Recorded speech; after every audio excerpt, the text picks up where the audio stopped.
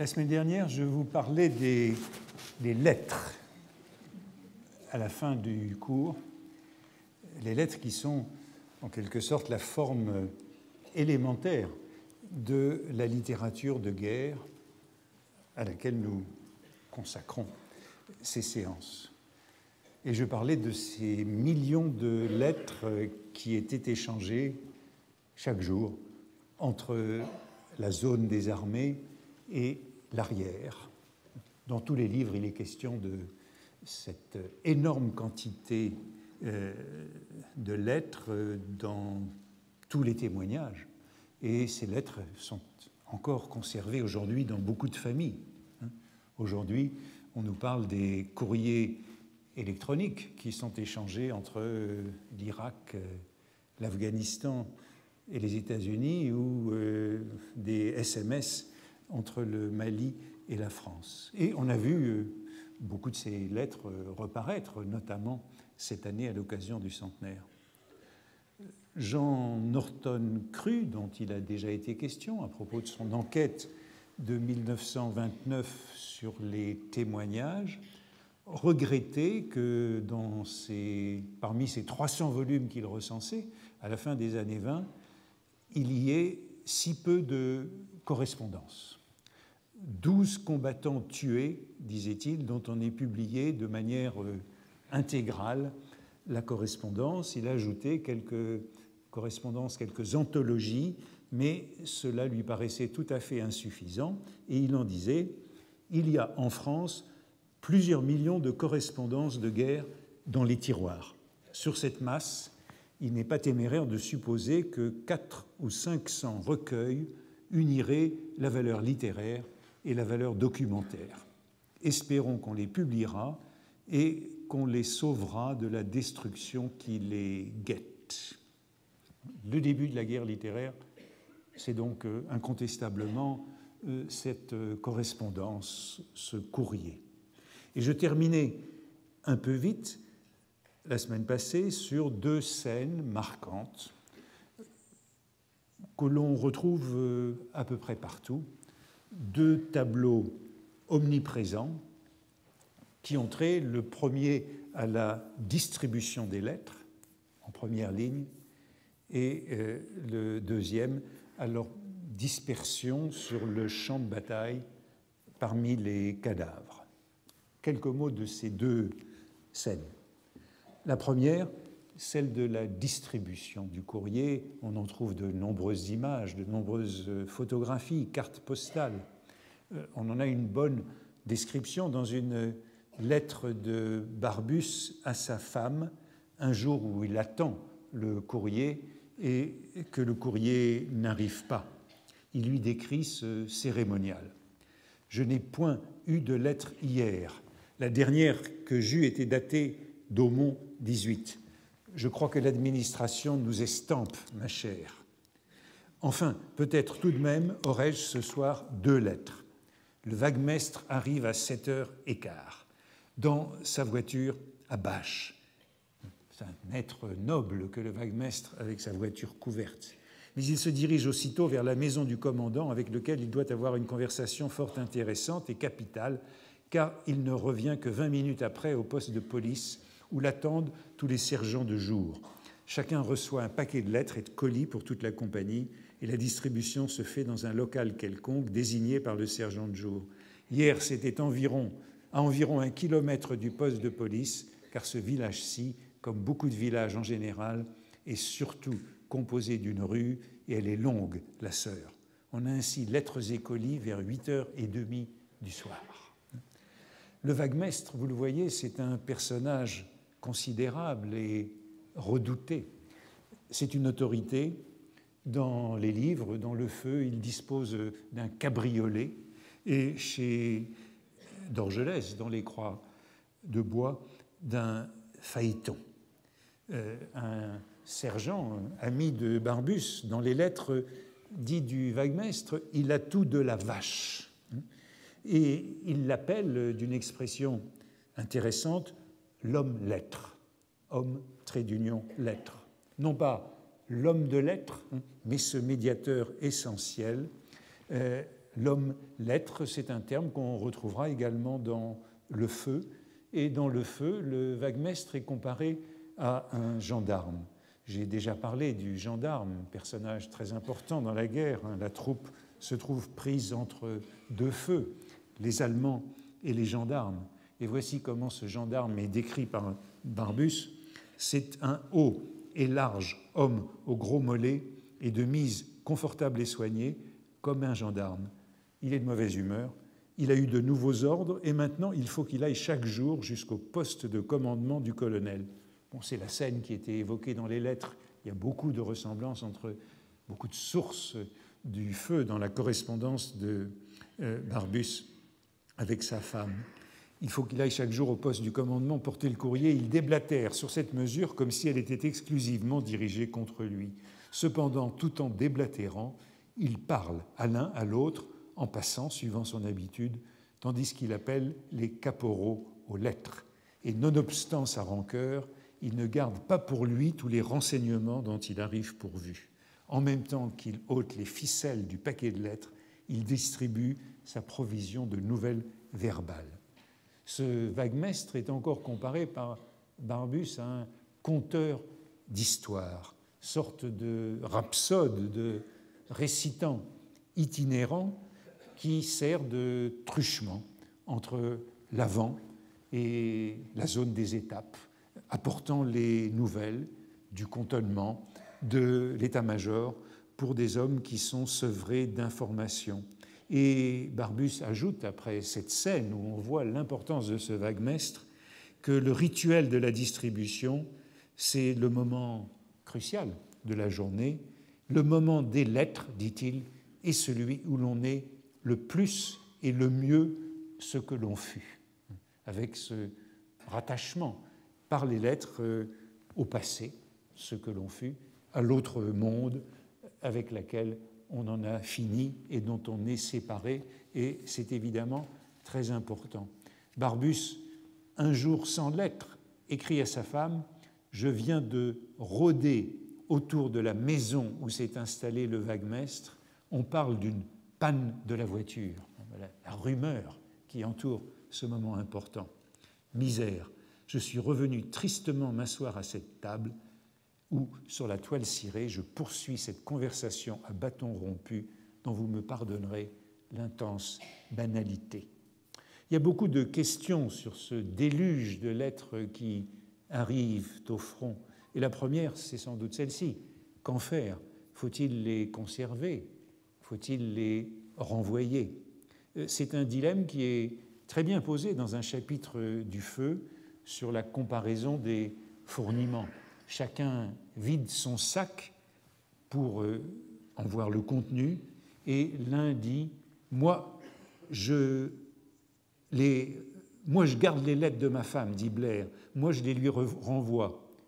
Moi, je les garde, les v'là. » Eudore exhibe un paquet de papier usé, luisant, dont la pénombre voile pudiquement la noirceur. Je les garde, quelquefois je les relis. Quand on a froid et qu'on a mal, je les relis. Ça ne vous réchauffe pas, mais ça fait semblant.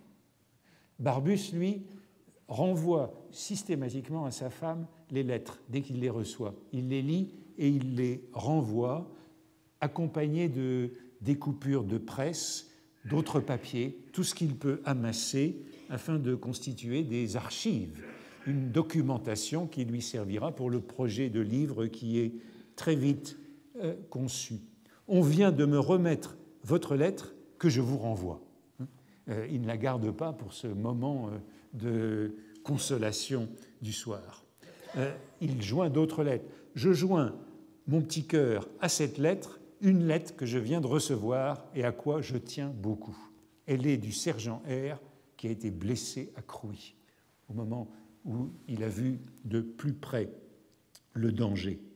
Mais cette tendance documentaire qui consiste à accumuler, à collectionner, n'est pas seulement la sienne, mais elle sert à lutter contre l'oubli. Voici encore quelques mots à la fin du Feu sur cette lutte grâce aux lettres. Quand je suis été en permission, j'ai vu que j'avais oublié bien des choses de ma vie d'avant, il y a des lettres de moi que j'ai relues comme si c'était un livre que j'ouvrais. Et pourtant, malgré ça, j'ai oublié aussi ma souffrance de la guerre. On est des machines à oublier. Réflexion importante à la fin du feu et qui montre le rôle de ces lettres dans leur va-et-vient entre le front et l'arrière, c'est-à-dire le temps passé, l'autre vie. L'autre scène que j'évoquais très brièvement en conclusion mardi dernier, c'est celle des lettres qui s'échappent des poches des tués, qui se répandent sur le terrain, sur le champ de bataille, après la bataille, autour des cadavres, qui tournoient comme des papiers emportés par le vent, des feuilles mortes. Il y a un souffle qui emporte les lettres, je dirais un peu comme des âmes mortes, et le contraste est très violent dans ce passage du feu entre la lettre et le corps mutilé. Autour des morts, c'est la scène canonique, volaient des lettres qui, pendant qu'on les disposait par terre, se sont échappées de leurs poches et de leurs cartouchières.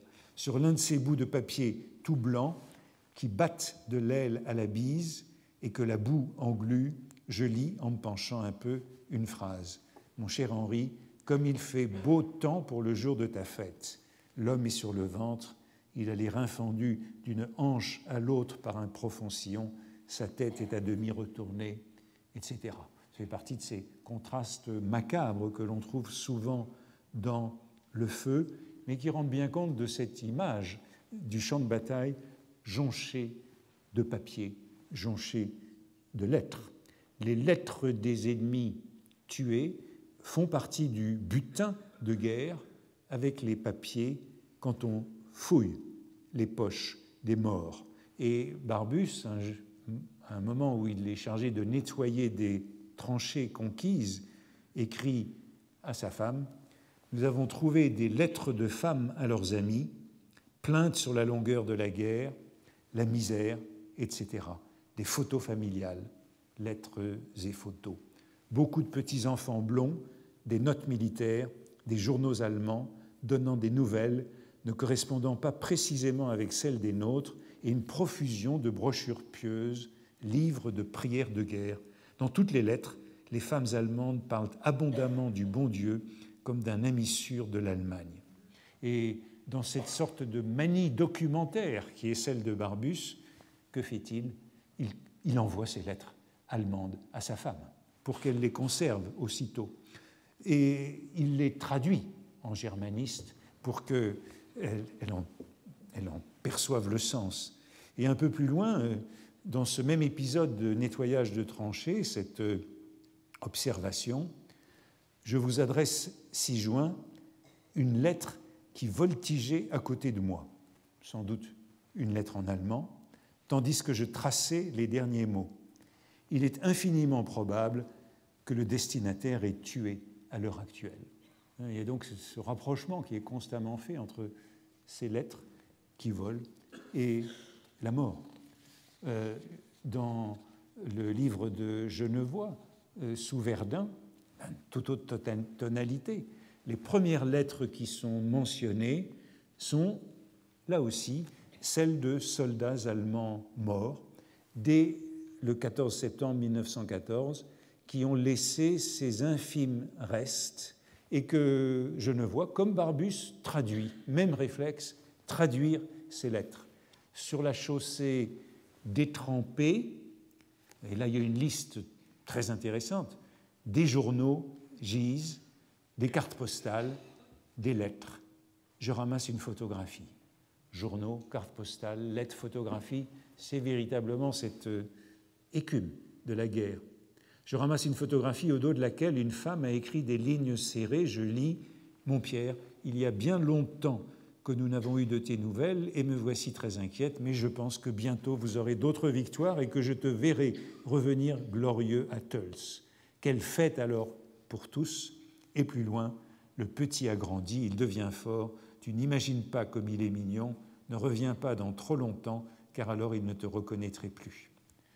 Ce passage est suivi d'un commentaire de Genevois, d'un commentaire impitoyable, et un commentaire qu'il a laissé lorsqu'il a réédité le livre en 1950, alors qu'il y a beaucoup de corrections. Oui, c'est triste, mais à qui la faute?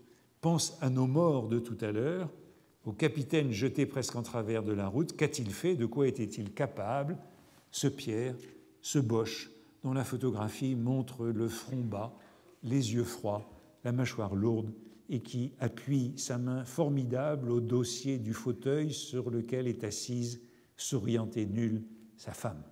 La pitié à cette heure serait une lâcheté, menant dur, et le plus dur possible, puisqu'enfin, il faut qu'on en finisse. Même Monterland évoque cette scène des lettres, qui est le plus méprisant pour la correspondance, parce que les lettres qui rattachent à l'arrière, qui rattachent aux femmes, c'est quelque chose qui dévirilise le guerrier, le combattant.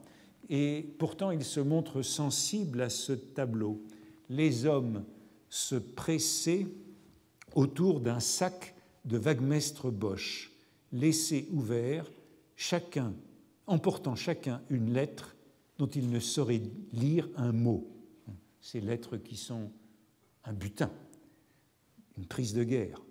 Les premiers cadavres apparurent, avec ce rapprochement donc de la lettre et du cadavre. Mais Monterland est aussi capable de cette belle image lorsque Alban, le héros du songe, est à la recherche de son ami Priné, mort. Il ne sait pas encore durant la bataille. Et c'est la seconde citation. Au-dessus de cette cadavrée, un mot dont je n'ai trouvé que cette occurrence dans la langue française chez Monterland, la plaine jonchée de cadavres. Au-dessus de cette cadavrée, tremblant dans cette sorte de buée que faisaient les âmes en s'envolant, avec leurs désirs inexaucés, avec leurs projets vains, avec leur bonheur pas vécu, avec la foule de toutes leurs choses coupées et piétinées avant la fleur, des lettres enflammées composaient la sentence de l'apôtre. Voici ceux dont les noms sont écrits dans le livre de vie. Ce ne sont pas les lettres de la correspondance, mais ce sont les lettres de l'Apocalypse ou de saint Paul sur le livre de vie. Et ces lettres qui voltigent, qui volettent après la bataille, sont bien comme les âmes des morts qui s'échappent.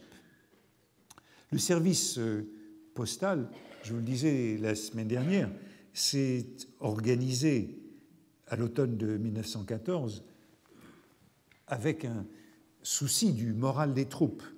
Mais les lettres pouvaient encourager aussi bien que décourager. Et je parlerai la semaine prochaine de cette notion de cafard, mot qui vient de la guerre, celui de cafard. Barbus rapporte par exemple à sa femme cette chose vue, ou plutôt entendue. Et on voit là cette sensibilité à un monologue intérieur, à l'enregistrement d'une conversation.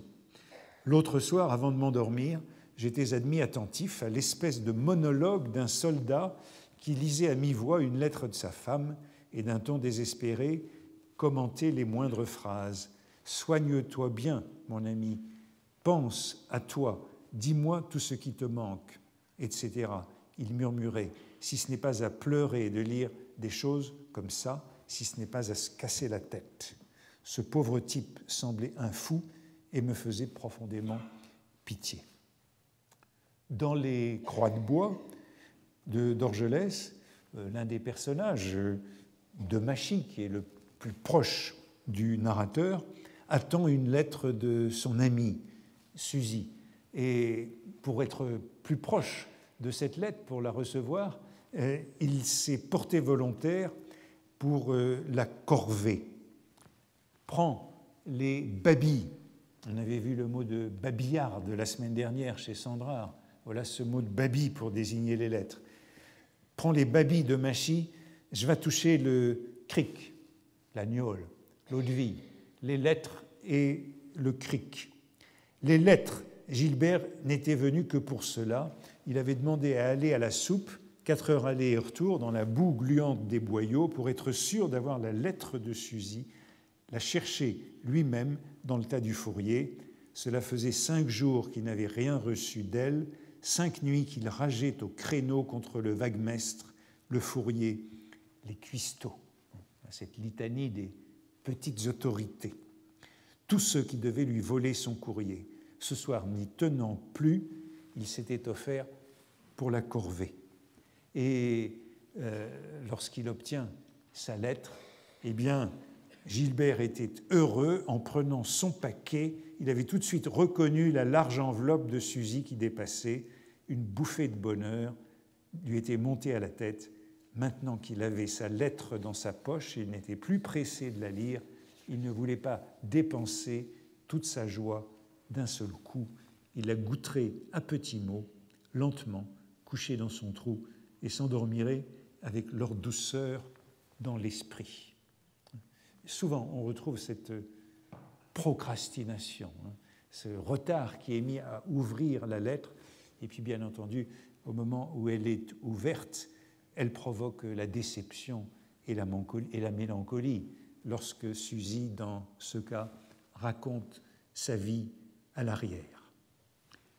Comme contraste, on peut sans doute citer, comme je l'ai déjà fait à plusieurs reprises, le point de vue de Sandrard et le livre de Sandrard, évidemment, dans La main coupée, bien plus fanfaron pour décrire ce rituel de la lettre. Lorsqu'il décrit, par exemple, son camarade Lang, il recevait un courrier de ministre et il répondait à toutes les babillardes, de nouveau ce mot, de ses amoureuses, leur écrivant des longues épîtres pleines de hauts faits héroïques imaginaires qui devaient les faire trembler. Dans chaque lettre, il glissait une de ses photographies. Toute autre stratégie de la lettre d'héroïsme séducteur. Typique est la place des lettres, je le disais, chez Monterland. La lettre est une aliénation. Et le héros du songe, Alban de Bricoule, les refuse donc, puisqu'elle rattache au monde des femmes, constitue un frein à l'héroïsme, à l'amour de la guerre et de la mort. Le guerrier est solitaire. Et l'orgueil pour Alban consiste précisément à ne pas écrire de lettres à la femme qu'il aime. Voilà 12 jours qu'il est parti, dit-elle, et pas une lettre. Une ridicule carte postale militaire, découverte avec quels mots outrageants, fameux, et à qui des tas de choses ne donneraient pas ma place pour 100 sous, poignée de main, Alban. Elle reconnaissait là cette brutalité mêlée de candeur qui lui était familière, drue et fraîche, comme la naissance d'un jet d'eau. L'absence de lettres, le refus des lettres signifie le bonheur du front, l'amour de la guerre. Bien sûr, ce serait à comparer avec les lettres cyniques que j'ai déjà évoquées, que Monterland écrivait à sa grand-mère durant la même période, à laquelle il narrait ses enthousiasmes pour de jeunes soldats. Et bien sûr, Monterland tarde à lire les lettres reçues. Alban. Un matin, en apportant la soupe, le cuistot, si ce n'est pas le vaguemestre, c'est le cuistot, lui tendit 3 lettres. Le sergent de la Copée a ramené ça de Saint-Dié pour toi, il les prit, regarda les enveloppes, glissa l'une dans sa poche. Tout le temps de la soupe, elle resta là. Il aimait ces menus exercices de volonté qui lui faisaient savoir si tout en lui fonctionnait bien. L'une des lettres lui raconte les premières corridas en Espagne. Ça sera supprimé plus tard par Monterland. L'autre vient d'une confrérie de pénitents qui l'invite à accompagner des condamnés à mort au cimetière. Tout ça qui nous rattache donc à la tauromachie, à la mort, au combat, et puis la lettre de la femme. la soupe finie, il sortit la lettre de Dominique, et voici le récit de cette lecture. Ainsi le choquait obscurément celle qui s'offrait comme une ennemie de sa liberté. On voit bien apparaître ce désir orgueilleux de solitude dans la guerre ou de camaraderie. Les lettres s'inscrivent dans une relation de pouvoir et de domination. Ici, plus violent que dans d'autres cas, mais en tout cas confirmant cette règle assez générale. Dernière scène rituelle que je voudrais évoquer et qui est aussi troublante, c'est celle de ces lettres qui continuent d'arriver pour les tuer. Qu'en fait-on? C'est encore un tableau obligé, ce flot de lettres qui continue de parvenir jusqu'au front. Chez Dorgelès, dans les Croix de bois, c'est au tout début, c'est ainsi au fond que la mort est introduite, à travers ces lettres en souffrance. Un tas de colis devant lui, comme un éventaire de camelots, le fourrier, cet intermédiaire, appelait les lettres en souffrance au milieu d'une cohue de soldats qui jouaient des coudes et s'écrasaient les pieds. C'était à notre porte, entre le lavoir communal, si petit que 3 laveuses n'auraient pas tenu sous son auvent, et la maison du notaire qui portait en sautoir une écharpe rouge de vigne vierge. Grimpé sur le banc de pierre, nous écoutions. Duclou, Maurice, première section, il a été tué à Courcy, cria quelqu'un. Vous en êtes sûr? Oui, des copains l'ont vu tomber devant l'église. Il avait reçu une balle. Maintenant, je n'y étais pas. Dans le coin de l'enveloppe, au crayon, le fourrier écrivit « Tué ». Marquette Édouard. Il doit être tué aussi, dit une voix. Et suit une sorte de brouhaha pour savoir si celui-ci est vraiment tué, blessé ou disparu. Et voici comment le sort est réglé à travers ce mot écrit au crayon sur l'enveloppe. Dans Le Feu de Barbus, il y a une scène assez longue, assez touchante, d'une lettre qui est écrite à un moment du livre et puis qui revient en souffrance. Montreuil, employé au bureau, surgit et elle biquet. Et le chiard, une lettre, v'là 1 heure qu'on te cherche après. T'es jamais là, œuf. Je peux pas être ici là, gros sac. Donne voir. Il examine, soupèse et annonce en déchirant l'enveloppe. C'est de ma vieille. On ralentit le pas. Il lit en suivant les lignes avec son doigt, en hochant la tête d'un air convaincu et en remuant les lèvres comme une dévote. Scène de cette lecture maladroite, primaire, scolaire, en suivant avec le doigt et en prononçant avec les lèvres. C'est drôle, ce qu'on se gourre, dit Biquet en levant le nez hors de sa lettre. La vieille s'en fait pour moi.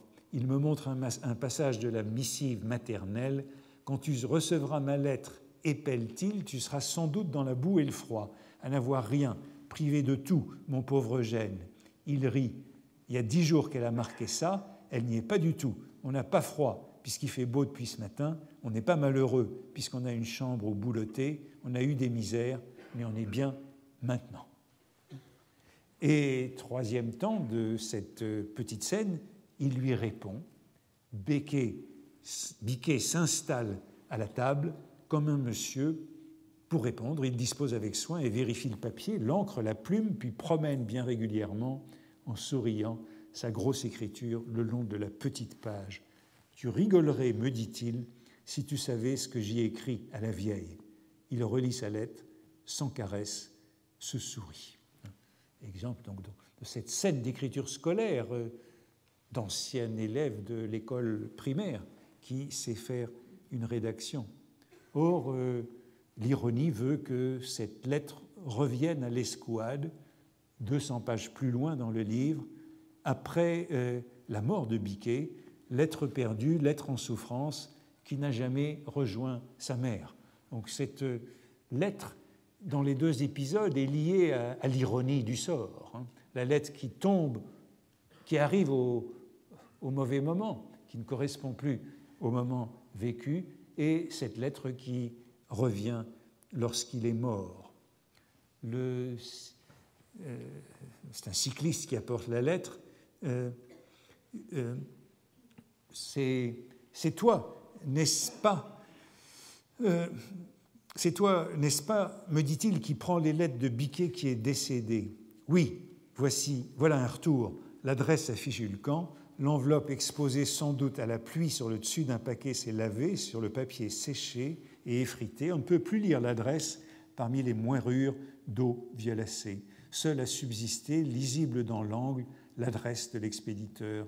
J'en tire doucement la lettre, et c'était la lettre de 200 pages plus haut. Ma chère maman, ah, je me rappelle, Biquet qui gît en plein air dans cette tranchée, même où nous faisons en ce moment la pause, a écrit cette lettre il n'y a pas longtemps, etc. Et il lit cette lettre. Tu crois que je suis au froid, à la pluie, au danger? Pas du tout. Au contraire, c'est fini tout ça. Il fait chaud, on sue et on n'a rien à faire qu'à se balader au soleil. J'ai ri de ta lettre. Je replace dans l'enveloppe abîmée et fragile cette lettre qui, si le hasard n'avait pas évité cette nouvelle ironie des choses, aurait été lue par sa mère après la mort. Vous le voyez, il y a ce leitmotiv des lettres en souffrance qui désigne la mort. Et dans les croix de bois, une scène de cérémonie privée ou de machie que je citais tout à l'heure pour les lettres qu'il recevait de son ami, se livre à une petite cérémonie privée, déchire et disperse sur sa tombe les lettres reçues par l'un de ses camarades après sa mort. Que fait-on des lettres qui arrivent encore pour le tuer? Depuis la mort de Nourri, il était arrivé 2 lettres à son nom. On aurait pu les retourner avec le brutal avis de décès dans le coin. Le destinataire n'a pu être atteint. De Machy avait cru mieux faire de les prendre. Il les sortit de sa cartouchière, les déchira sans les ouvrir, et sur cette tombe réglementaire de soldats, carrée comme un lit de caserne, il effeuilla les pétales de lettres pour qu'il pût au moins dormir sous des mots de chez lui. Une sorte de rite funéraire où les lettres sont transformées en fleurs, en feuilles mortes. Finissons avec ces lettres en insistant sur l'échange auquel elles participent. Norton crut y voyait des témoignages fidèles, les témoignages les plus fidèles de la guerre auprès du journal, le souci littéraire étant absent, ou en tout cas moindre que dans les autres genres. Les lettres, disait-il, donnent la certitude que la version des faits racontés, l'expression des sentiments, sont bien celles de la date de la lettre, sans qu'aucune révision postérieure aux événements soit venue les modifier. L'impression immédiate de premier jet, spontanée, prime sautière, voilà ce que les lettres donnent et dont seules elles peuvent nous offrir la certitude. Or, ce que nous prisons le plus dans les impressions personnelles du front, c'est la vérité du moment, la vérité du témoin qui vient de voir et d'agir et de sentir. Autrement dit, les lettres, à ses yeux, seraient ces témoignages authentiques. Nous savons que le destinataire est toujours en partie l'auteur de la lettre, et on en a vu de multiples exemples dans ce que j'ai cité, et je rappelais l'autre jour les lettres d'Orgelès, qui écrivait à la même date à sa mère et à sa maîtresse, après une opération, des versions très différentes de l'événement, cherchant à apaiser sa mère et à inquiéter sa maîtresse, ou en tout cas à se faire valoir auprès d'elle, et mentant sans doute aux deux, à l'une par discrétion et à l'autre par exagération, à l'une par ellipse et à l'autre par hyperbole. Et on pourrait citer les lettres de Norton Crue lui-même, publiées il n'y a pas très longtemps, à ses sœurs, à ses frères, à sa mère, et où on trouve des versions très différentes de chaque événement. Auprès de ces lettres, nous avons vu à plusieurs reprises revenir ces journaux. Et au fond, ces journaux, c'est un peu comme la distribution des lettres par le vaguemestre, une seconde carte postale de l'écriture et de l'écrit dans cette guerre. Ces lettres, eh bien, on les trouverait souvent représentées, ces journaux, pardon, on les trouvait très souvent représentés dans les cartes postales de la guerre lorsqu'ils font l'objet d'une lecture collective, d'une lecture publique. C'est une scène typique.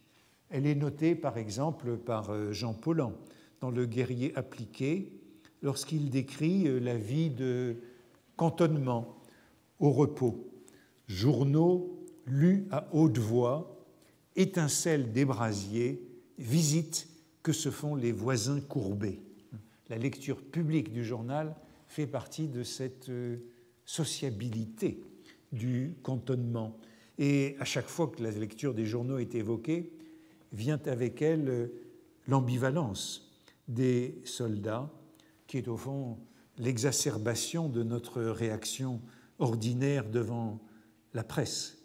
On déteste les journaux qui nous racontent des bobards, mais en même temps, on ne peut pas s'en passer, comme d'une drogue qui est à la fois le poison et le remède. Et souvenez-vous de ce que nous disions il y a 2 ans, je crois, à propos de Baudelaire et de la presse, réaction qui se trouve exagérée dans celle de ces soldats au front. Les voici par exemple mis en cause par Barbus lors d'une visite de journalistes au front. Ces journalistes qui sont qualifiés par Barbus de touristes des tranchées, dans une lettre à sa femme de mai 1915. Hier, dans la tranchée, sont venus des journalistes conduits par des officiers d'état-major et par Philippe Berthelot, haut fonctionnaire des affaires étrangères. Je lui ai parlé, il ne m'a pas reconnu. J'ajoute que c'est avec une certaine ironie et même un certain mépris que nous considérons ces touristes des tranchées. Les deux mondes, de nouveau, sont profondément séparés. Philippe Berthelot, le fils de Marcellin Berthelot, l'ami des écrivains de Claudel, de Paul Morand, de Giraudoux, de Saint-Jean-Perse, ne reconnaît plus celui qui est au front. Philippe Berthelot, qui sera quelques mois plus tard le fondateur de cette maison de la presse qui servira à la propagande de guerre française et bien sûr le directeur de cabinet d'Aristide Briand pendant son mandat aux affaires étrangères. Il organise les visites de tranchées pour les journalistes et la séparation est profonde. Cette expression de touriste de tranchées sera reprise dans Le Feu et il y a la même visite suivie d'un commentaire d'un poilu après le départ des journalistes. Ben oui, les sidis qui pondent les journaux, t'as pas l'air de saisir, espèce de chinook, les journaux, il faut bien des gars pour les écrire. Alors, c'est eux qui nous bourrent le crâne. Barque prend une voix de fausset et récite en faisant semblant de tenir un papier devant son nez. Et voici la lecture parodique du bourrage de crâne et du journal. Le Kronprinz est fou après avoir été tué au commencement de la campagne et en attendant, il a toutes les maladies qu'on veut. Guillaume va mourir ce soir et remourir demain, etc. Et un peu plus bas, sur les tranchées, ce lieu commun qu'on retrouve dans beaucoup de textes, on y est si bien avec l'eau, le gaz, les douches à tous les étages. Le seul inconvénient, c'est qu'il y fait un peu trop chaud l'hiver. Voilà donc la caricature de ces journaux, des fausses nouvelles sur l'état de l'ennemi, ce résumé des clichés du bourrage de crâne et cette leçon d'ambivalence qui est faite immédiatement après et comme de juste par le caporal. Je parlais l'autre fois de l'importance de ce caporal, de cette place cruciale qui est la sienne de cheville ouvrière. Ben quoi, caporal Turicole, c'est pas vrai ce qu'on dit, il y a un peu de vrai, mais vous abîmez les petits gars et vous seriez bien les premiers à en faire une tirelire s'il fallait que vous vous passiez de journaux. Oui, quand passe le marchand de journaux, pourquoi que vous êtes tous à crier « moi, moi ». Et puis, qu'est-ce que ça peut bien faire tout ça, s'écria le père Blair. T'es là à en faire une tinette sur les journaux, mais fais donc comme moi, y pense pas. Les journaux sont donc l'objet à la fois de cette méfiance et de la dépendance. On s'en moque et on ne cesse de les parodier. Dans les lettres de Barbus, l'un de ses camarades proches, intitulé Médard, est en train de lire des choses fantaisistes qu'il invente. Il tient le bulletin des armées, où il y a les communiqués officiels, et le lisant, il le parodie en imitant l'accent campagnard. Cela dure depuis un quart d'heure et c'est drôle. Le garçon a un don d'improvisation extrêmement public. Personne n'est dupe de ces communiqués officiels ni de la presse qui est généreusement distribuée, tel l'Écho de Paris avec les articles quotidiens de Barrès.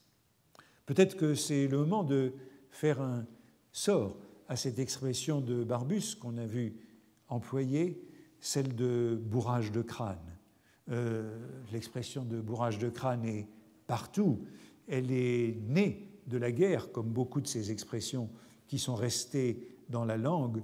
Et je l'avais cité déjà la semaine passée dans un passage de Genevois qui parlait, lui, des bourreurs de crâne. C'est l'expression qui semble avoir été la plus courante. On trouve par exemple dans les cahiers de Barrès, puisqu'il était le chef des bourreurs de crâne, et tous ces journaux anarchistes et boschisants qui me traitent de bourreur de crâne. Ils disent quelque chose qui est selon une logique. En face d'eux, il y a ceux qui répètent « je maintiendrai ». Ce qu'on nous reproche, c'est de faire opposition à la force étrangère qui veut nous pénétrer. Le bourrage de crâne, des bourreurs de crâne qui semblent avoir été d'abord introduits, vient de là et dit bien toute cette ambivalence de la demande d'information et en même temps de la méfiance face à cette information. Et comme souvent, c'est Proust qui est le plus subtil ou le plus sceptique et qui observe le mieux cette ambivalence, qui dialectise le processus et qui suggère que les victimes du bourrage de crâne sont toujours consentantes. Il n'y a que des victimes consentantes de la presse. Proust, dans Le Temps retrouvé, le bourrage de crâne est un mot vide de sens. Eût-on dit aux Français qu'ils allaient être battus, qu'aucun Français ne se fût plus désespéré que si on lui avait dit qu'il allait être tué par les Bertha. Le véritable bourrage de crâne, on se le fait à soi-même. Par l'espérance, qui est une figure de l'instinct de conservation d'une nation, si l'on est vraiment membre vivant de cette nation. Autrement dit, le bourrage de crâne, il est indispensable. Il est indispensable, comme le constate Proust, mais peut-être était-il plus facile de penser cela à l'arrière qu'en première ligne dans les tranchées. Après les lettres et rapidement les journaux, je voudrais évoquer un moment les carnets, qui sont au fond, la troisième forme élémentaire de cette littérature de guerre. En août 14, on n'est pas parti avec des livres dans sa musette parce que la guerre serait courte et ça serait une guerre offensive, mais on est parti avec des carnets et dans toutes les familles, avec les lettres, on a conservé ces carnets de guerre entamés le 1er août 1914, si bien qu'on a presque l'impression qu'il y a eu un mot d'ordre. Il fallait partir avec un carnet dans sa musette pour noter son expérience suivant un rituel qui vient peut-être de l'école. Et on écrit tous les jours des lettres comme on tient ce carnet dans les débuts de la guerre. Je le disais, Barbus écrit tous les jours à sa femme, et il n'est évidemment pas le seul, mais on en a le témoignage. La première fois qu'il n'écrit pas sa lettre quotidienne, c'est au bout de 6 mois, en janvier 1915, à cause d'une opération sur laquelle justement il reste discret, ce qui nous montre bien qu'on ne dit pas tout dans une lettre et qu'on cherche à préserver le destinataire de cette lettre. Dans un premier temps, du moins, on ne dit pas tout. C'est le moment le plus dur de sa vie militaire. Chère petite, depuis le commencement de la guerre, Albi compris, là où il s'est engagé, voilà la première fois que je ne vous écris pas quotidiennement. Donc, en janvier, depuis le début du mois d'août. Vous vous souvenez de Genevois la semaine dernière, allant pour la première fois où il recevait des lettres, en récolter 40. Depuis 2 jours, hier et avant-hier, il n'y a vraiment pas eu moyen, tellement nous avons été occupés dans les tranchées. Occupés, bel euphémisme, il ne décrit pas tous les morts autour de lui à cette occasion. Dans les tranchées cette fois-ci, quel bout, quel vase, quelle marche de nuit, dans quelle fondrière. Vous ne sauriez vous en douter, j'ai pris des notes. Malgré tout, il n'a pas pu écrire de lettres, mais il a pu prendre des notes dans son carnet.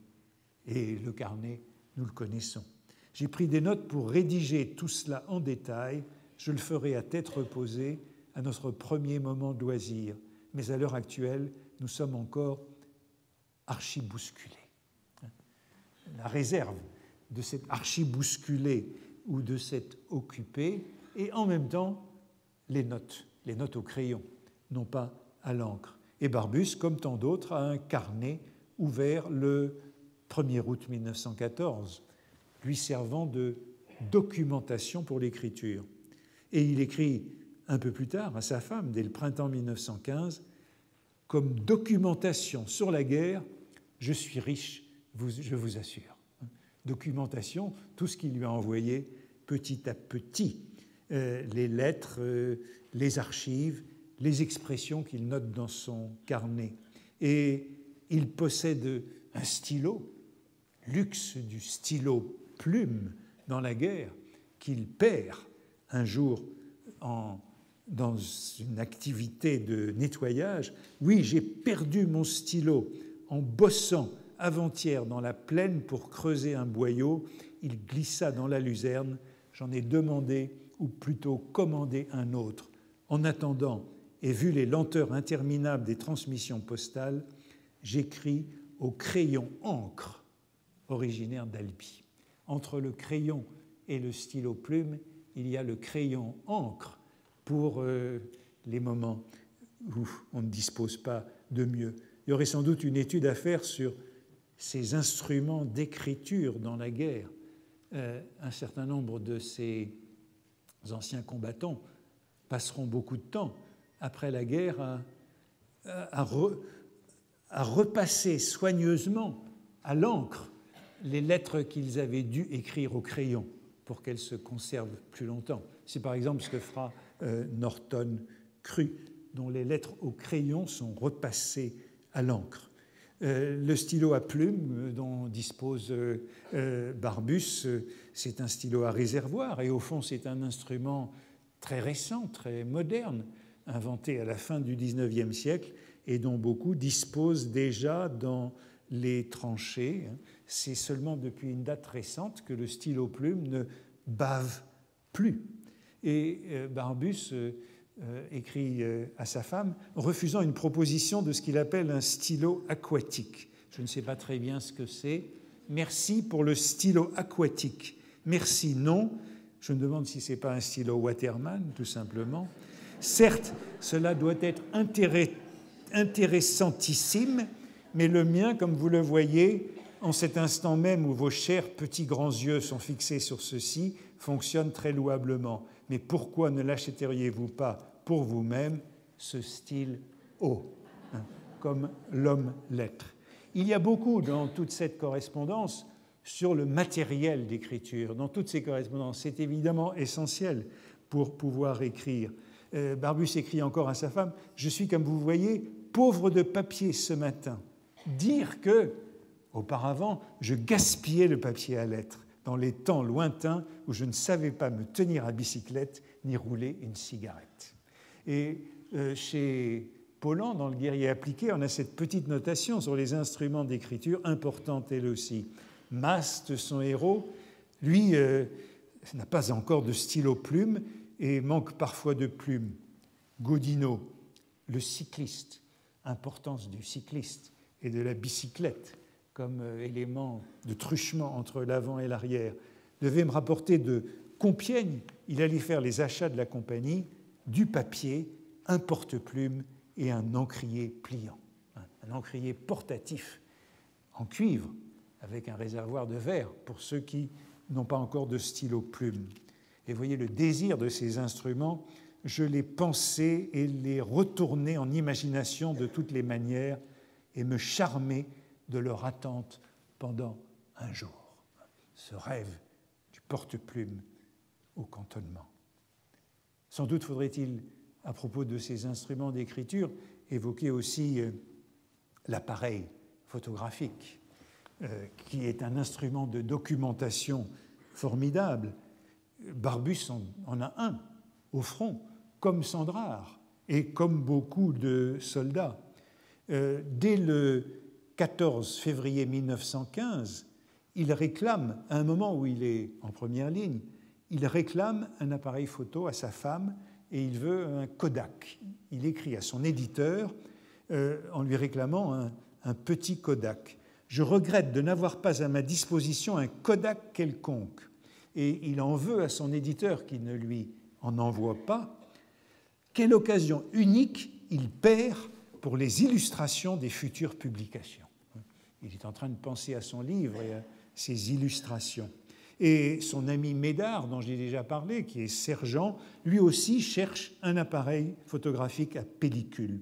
Et à cet appareil photographique, Barbus donne un nom que je trouve très joli. Il l'appelle le pige-tout, avec un trait d'union. Je ne sais pas très bien d'où vient ce nom, mais il est partout dans ses lettres. J'attends avec impatience le petit pige-tout, le charmant pige-tout que finalement sa femme lui procure. Les autobus parisiens, dit-il, quand enfin il l'obtient, passent devant moi, tandis que je me repose. J'en ai pigé un avec pige-tout. Vous verrez. Et plus loin, il envoie une photo de lui à sa femme, faite par l'entremise du pige-tout sosie du sergent Secaldi, le docteur Chaillol, médecin-major, chef du service dont je suis le commensal dans l'actuelle période du bois des A, un pige-tout sosie numéro 2 et d'autres pige-tout sosies innombrables familles fonctionnent à présent dans notre région. Voilà un sens de piger qu'à vrai dire j'ignorais jusque-là. Piger, prendre, saisir, attraper et aussi comprendre au sens figuré. Mais pige est un mot très riche en français. Faire la pige à, vaincre quelqu'un, puis à la pige du journaliste. Piger pour photographier.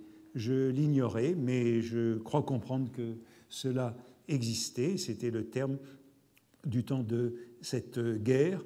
Et j'ai trouvé un autre exemple en français contemporain de la guerre, la foule se presse autour d'un photographe juché sur une échelle qui pige les groupes. 1920.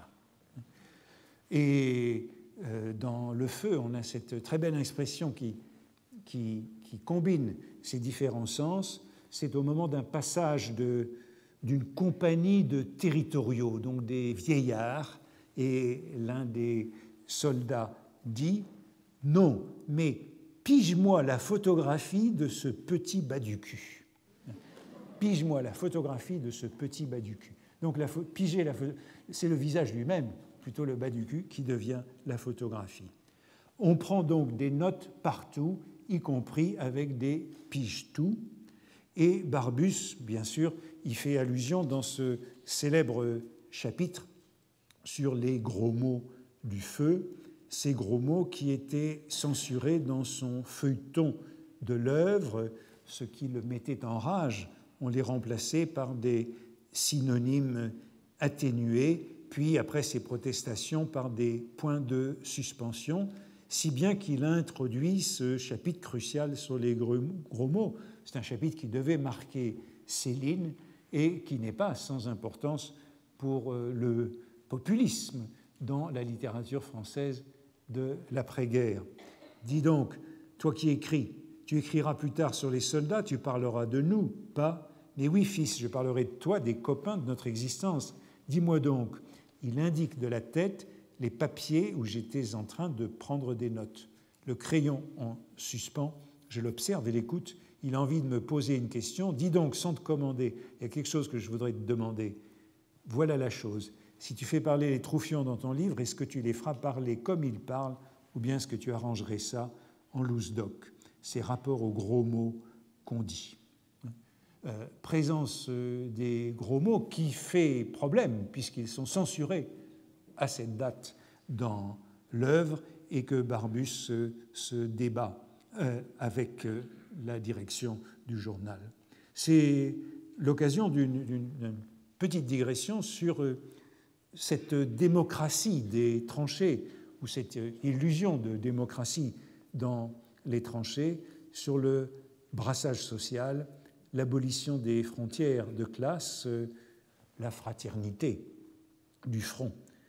Puisque, comme je le disais, cette littérature de guerre n'est pas sans incidence sur la littérature populiste de l'entre-deux-guerres.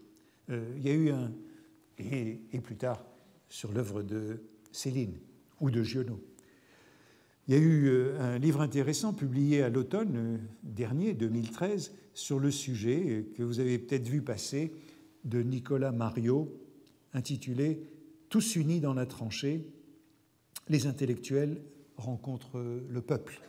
Et le livre montre justement les limites de cette égalité sociale de la tranchée.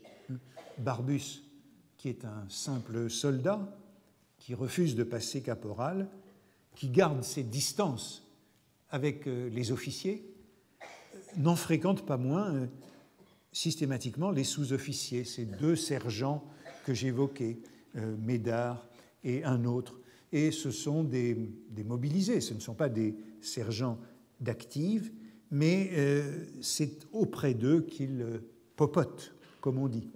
Et Drieux-La Rochelle, quand on relit la Comédie de Charleroi, dans la Comédie de Charleroi, ce que raconte Drieux-La Rochelle, c'est le début de sa guerre, où il n'est, si mes souvenirs sont bons, même pas encore caporal. Mais il n'en dispose pas moins de ce qu'on appelle un tampon. Le tampon, c'est l'ordonnance du sous-officier. Drieux, soldat de première classe, a un domestique à Charleroi en août 14. Et il écrit par exemple « Je maniais ce fusil avec lequel j'avais si peu tiré que je savais à peine démonter, me faisant toujours aider de mon tampon. » Le jeune bourgeois parisien est incapable de démonter et de remonter son arme et se fait aider par son domestique.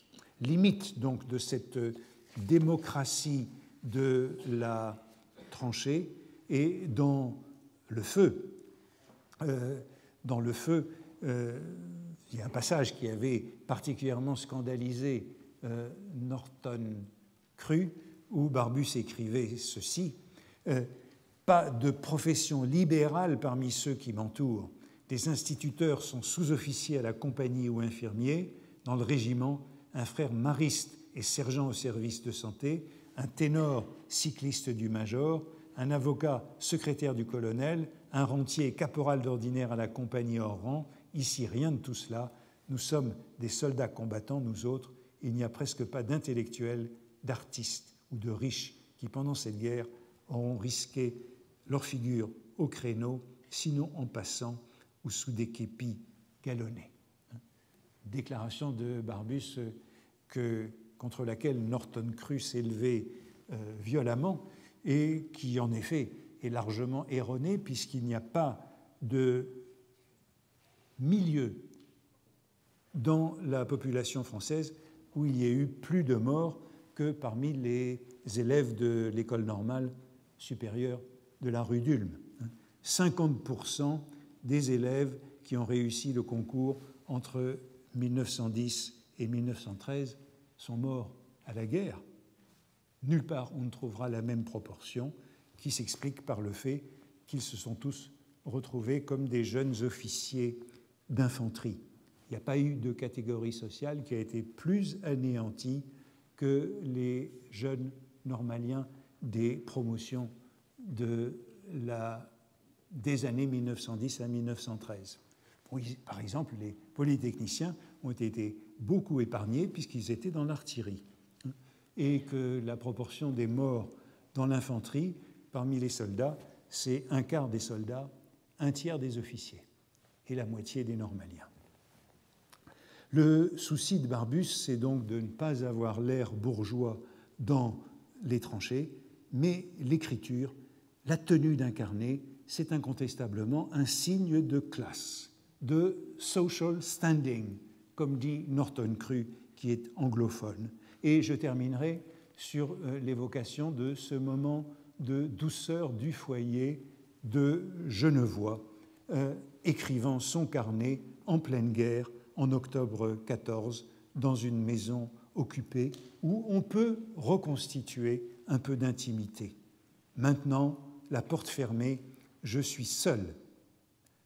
Avec lui, son ordonnance, bien sûr, est violée, un brave garçon taciturne et dévoué. Je n'éprouve plus la navrante impression qui toujours me serre le cœur au spectacle des demeures violées. Celle-ci, pour un temps, s'est close à l'intrusion des passants. Elle se recueille au calme. Je veux que ce calme ne soit point troublé. Assis devant la table, fumant ma pipe, j'écris, je note mes souvenirs. Ma plume trotte, ma pipe tire bien. De temps en temps, un coup de canon assourdi fait vibrer les murs et pousse à l'intérieur de la chambre le drap qui bouche la fenêtre. Je l'entends à peine, mais les craquements du bois qui brûle dans l'âtre attirent mon attention, la retiennent. J'aime ce pétillement du feu et l'ascension dansante des flammes. La douceur du foyer en pleine guerre, eh bien, c'est ce qui est possible pour celui qui prend des notes, qui a une plume et qui restitue ce climat d'écriture. Voici le début donc, de cette littérature de la guerre. Merci.